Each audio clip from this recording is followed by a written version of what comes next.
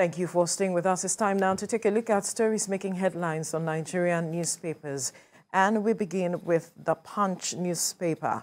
Muslim ticket. Friends criticizing me. Lobbied for Vice President slot. Tinubu speaking. It says Tinubu meets Khan, says he didn't Islamize his family. Can't do such to Nigeria. Nigeria needs religiously neutral state, not a religious state, association advises federal government. All the details on the front page of the Punch newspaper. So the leadership newspaper now, Muslim tickets. Khan softens stance, presents demands to Tinubu. As the Christian Association of Nigeria softens stance, presents demand to Tinubu, saying no to open grazing. I'll form government of national unity. Atiku speaking there. And to the Nation newspaper now, I am not seeking office on religious grounds. I am not seeking office on religious grounds. APC presidential candidate Tinubu speaking there. And on the front page of the Daily Trust, Khan sets agenda for Tinubu, Atiku, others. That's the Christian Association of Nigeria sets agenda for Tinubu, Atiku, others. Key things Buhari's successor must do. Khan president speaking. Why I didn't pick Christian running mate. Tinubu responding to the conversation there. Mike. Right. I have Daily Times here. That's where I start from now. I'll hand over Nigeria free of insecurity. That's what President Buhari is quoted as saying here. And I'll hand over free Nigeria. Nigeria free of insecurity. That's what it said. And from there, let's go to Atiku on presidency. That's Blueprint newspaper. Blueprint says, restructuring will start from my day one in office. Amendment bill ready. Restructuring will start from my day one in office. Amendment bill ready.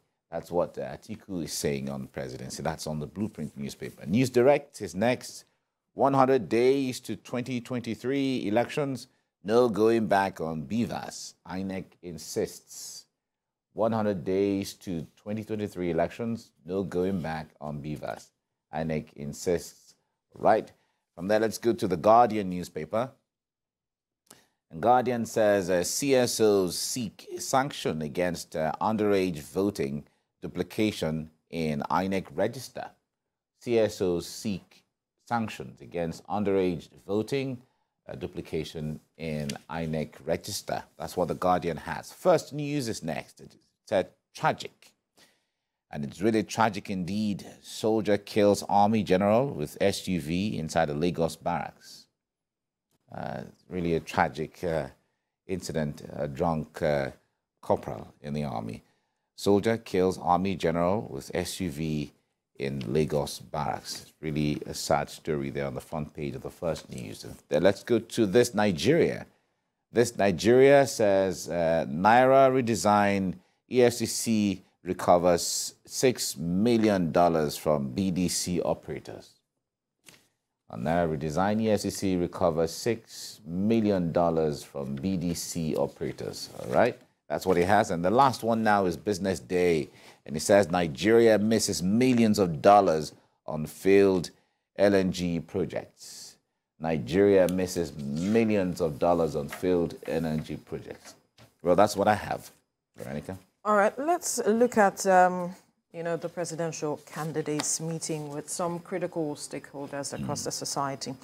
The PDP presidential candidates, that's the person of Atiku Abubakar, met with the Guild of Editors in Lagos, and he spoke about a number of things, one of which was the issue of restructuring, which he said he will kickstart on his first day in office if elected. That that will be he will ensure that there is a dissolution or devolving powers to the various tiers of government, that he will address that. And he also spoke about the economy, where he said that he's going to look at the private sector to drive the economy. And then he also spoke about the G5 governance, which has been perhaps a thorn in his flesh. He talked about ensuring that the feud comes to an end soon. Yeah.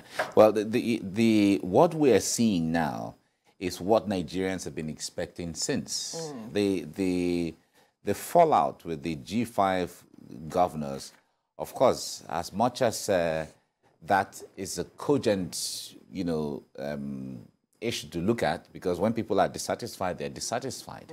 But however, the crux of his meeting with the Guild of Editors is what Nigerians expect to see, because those kinds of strategic engagements with stakeholders, recall that some of them were at the NBA convention, yes. A conference, and all of that. Since then, they have been meeting at different, it's the same thing he's doing, it's the same thing Peter Obi is doing, it's the same thing Bola Tinubu is doing. These are the kind of engagement. Now, meeting with the Guild of Editors, talking about restructuring, he also said that he will go back to the programs of the PDP between 1999 and 2007. When, in fact, 2011, or in fact, the first 16 years, let me say, when there was some level of liberalism, and he said he will build on that and ensure that privatization gains foot and gains ground for the benefit of Nigerians. And it resonated well to so many persons who see the perspective of when it comes to efficiency, there has to be some public-private partnership for some level of efficiency and all of that. And then there are some of the projects that private sector can handle. Give them the enabling environment. Absolutely. And they fly. For instance, we talk about the rail services are capital intensive. If you work out a concession in such a way that private companies come from whether Germany or China or Japan or the United States, to run the system, create conduct all the constructions and all of that, and then you regulate. You give them time, 20, 30 years, 50, depending on whatever, for them to recoup their monies through the system and hand over back to Nigerians. So these are the rhetorics. These are some of the discussions, and I feel that in the spirit of campaigning, this is what it should be. Right. Because as they are meeting with Guild of Editors, like recall that Tinubu met with the Christian Association of Nigeria yesterday, where there's been this concern. Let me use the word concern about the Muslim ticket and all of it. And so he tried to allay their fears when he met with them. That his intention is not to drive religions and all of that, because he did not even do it in his home. That the essence why he chose the person of Shettima is capacity. That is what he saw in the person of Shettima to address, there are some issues that need urgent attention, and he felt that, someone like Shettima will be able to address that. That was why he chose the person of Kasim Shettima as his running mate. And then, the Christian Association of Nigeria also made their demands. Addressing their own fears, what they intend to see, to open grazing, some other issues that they raised in that conversation, which is good. Once he said, this is what we want. This is when you come there, if it happens that you come on board as a president, this is what we want. And this is the kind of engagement we want to see. Yeah, we had said it before that there will be a time of understanding. The time of understanding will still come. What happened at that time was just the inadequate engagement that some organizations didn't understand what the issues were, or maybe they got some advice in a way that didn't tally with the way things were. Because the issue there is that I think Nigeria has come of age, that no one can Christianize or Islamize Nigeria anymore. This country has come of age in that regard. This country is made up of Christians and Muslims, and we will remain like that until the end of time, and other religious groups. So the point there is that Nigeria is also a secular state. These are fundamental issues that are even enshrined in the Constitution. So the point there is that the rhetorics or the concerns we should have is that the president, whoever is contesting for president and vice president and the running mate, are they Nigerians? Number one. Those are the things. If they're not Nigerians, then if they're not Nigerians, then we can say, no, we don't want. But if they are Nigerians, whether they are Muslim, or they are female, or they are north, or south, or whatever the thing is, we need to be able to come off that pedestal and raise the bar to a level where we're talking of people's capacity, people's pedigree. If this person doesn't have the pedigree and the capacity, then fine. Then we can be talking, no, he doesn't have the capacity. But the issue of this person is it's like we have said, it's coming at the right time now, and some of these things have to be demystified. And by the time we're able to have this, now we're happy that Khan is seeing it from a new perspective. Okay, fine, let's have an engagement, let's have a talk.